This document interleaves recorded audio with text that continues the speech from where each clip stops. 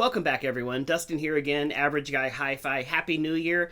This is still the first week of 2023. I'm actually getting ready to tear apart my my system that I've been running for about a month and a half or so out there. So I figured this was a really good opportunity to do another beginner's guide for you guys. So that is kind of the reason I started this channel, is because I know there's famous YouTubers out there that go to like all the trade shows and they get flown places so people can record their systems and manufacturers sending them equipment. I love those channels, nothing against those guys, but I realize that that's not where I can really compete here.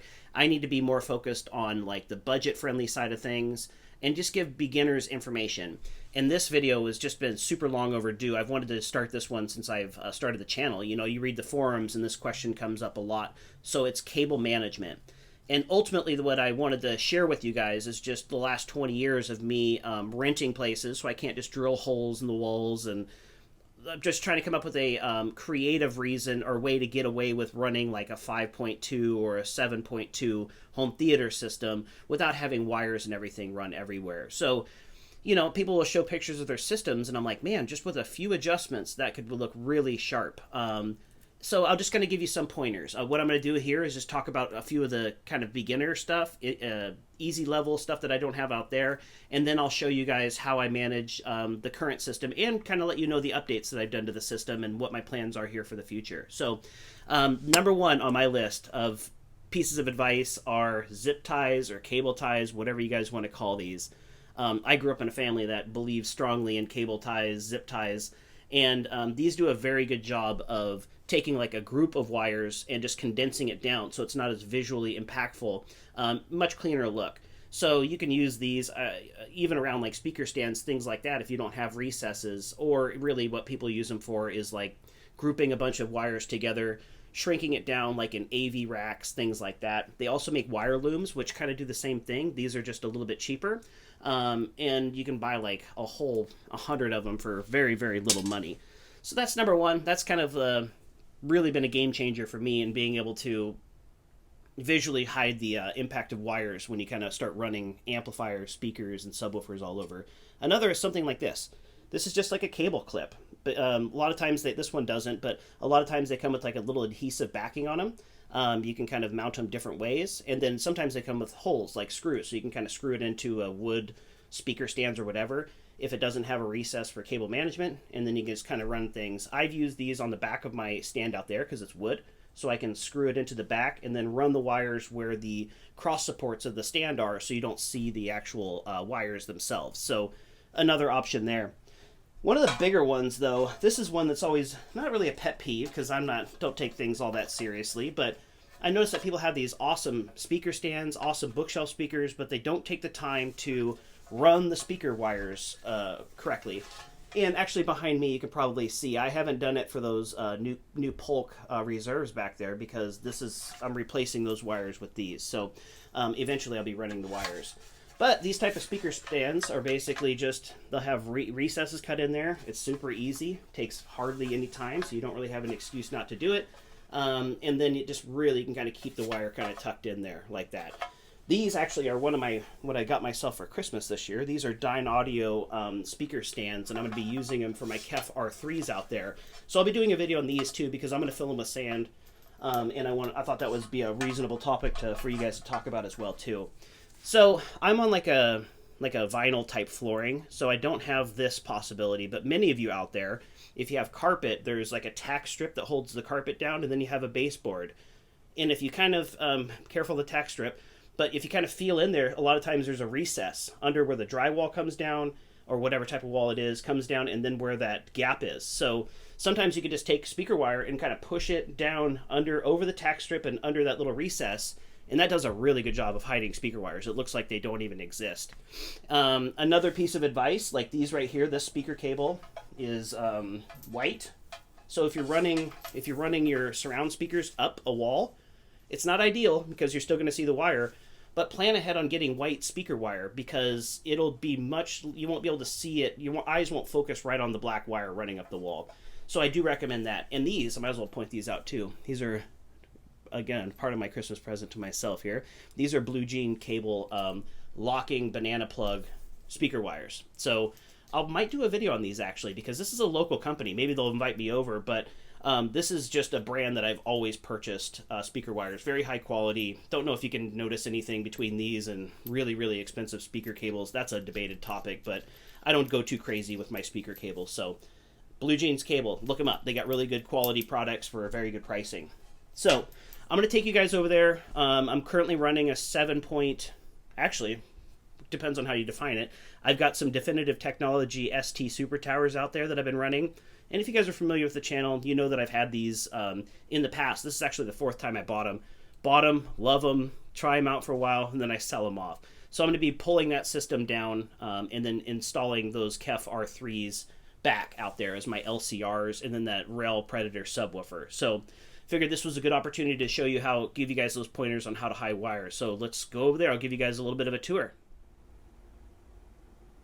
Okay, everyone, now we got the gimbal in hand here, so I wanted to kind of give you a little bit of a room tour, and then again show you the pointers that I'm using currently to do my best hiding the speaker wires in this very small, I don't know, my place is only 650 square feet, so this room is pretty tiny, but obviously I like sound, so I wanted to kind of do as best I could without having to climb over stuff or trip over stuff. So this is what I ended up with.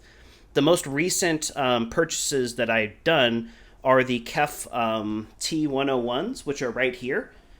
The reason I chose these is due to their low profile. You know, they're very thin. And then also, because I love the way that the speakers attach. They're internally, you just plug in your speaker wires right down there, and then the wire runs all the way up, and you have like 2 little metal posts up on the speaker itself to get it connected. But I wanted to show you guys how I ran these speaker wires. You can kind of see these are a little bit different. They're banana plugs, but they're flat speaker wires. So I ran those speaker wires all the way under my little rug here up into the front receiver and amplifier. So I chose flat because otherwise it notices a pretty big bubble underneath the carpet. So I think that turned out pretty good. And again, I got the other one over there as well.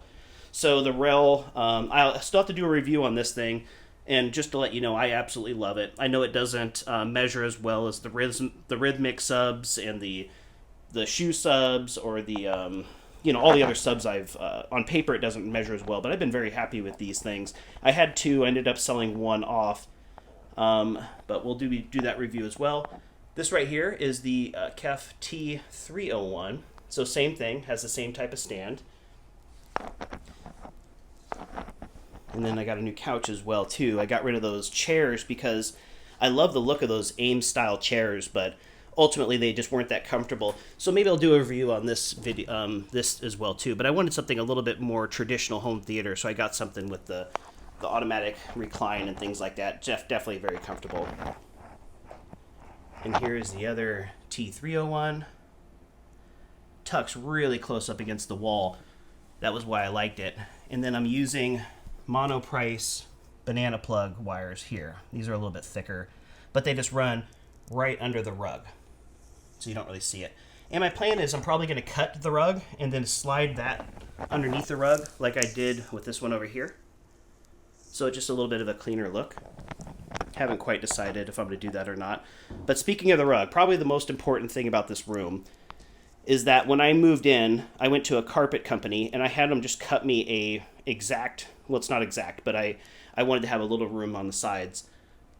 Cut me this piece of carpet here so I can cut down on reflections, so it's kind of deadens the room a little bit, and then also so I can run those speaker wires. Not quite sure if I like the look of the 101s back here, but you know, I'll probably just live with it. I love the sound. That's kind of the main thing for me. Plus I'm single, I can pull that type of stuff off. And then over here, again, is one of the Definitive Technology ST Super Towers. But look at the cable mess back here. That just doesn't fly. At least not in my place. So I'm running the speaker wires kind of under the rug, go back there, so it's a nice clean look, but by the time you get up here, it's just a total mess.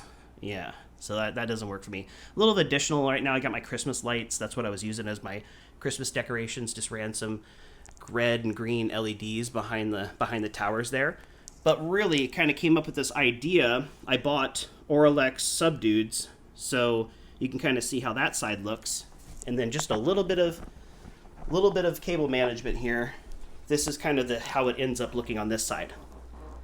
Definitely a big difference. It's not perfect. You can still see wires if you kind of angle them, but when you're sitting, you definitely reduces the wire look. Again, not perfect. Kind of a compromise to be in this small of a room and everything, but I think I kind of pulled it off pretty well.